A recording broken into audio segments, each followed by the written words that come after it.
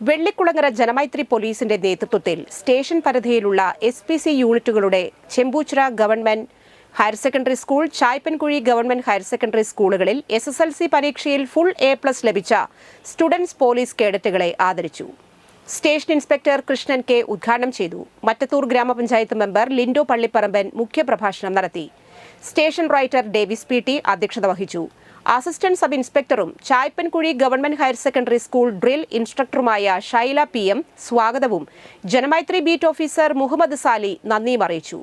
Janamaithri police സമിതി അംഗങ്ങളായ സുരേഷ് കടുപ്പശ്ശേരിക്കാരൻ, Rasheed Erath, Saheer EH, Thankappan TP, students police cadet Anamika Sasi, Anitha Sasi എന്നിവർ സംസാരിച്ചു. അസിസ്റ്റന്റ് സബ് ഇൻസ്പെക്ടറും Chempuchira government higher secondary school drill ഇൻസ്ട്രക്ടറുമായ ഷിജു TB പ്രോഗ്രാമിന് നേതൃത്വം നൽകി.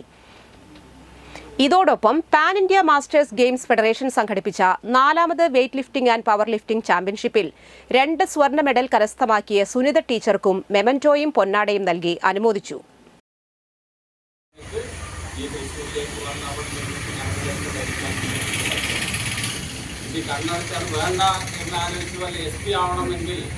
ജില്ലയുടെ അധിപതിയാണ്.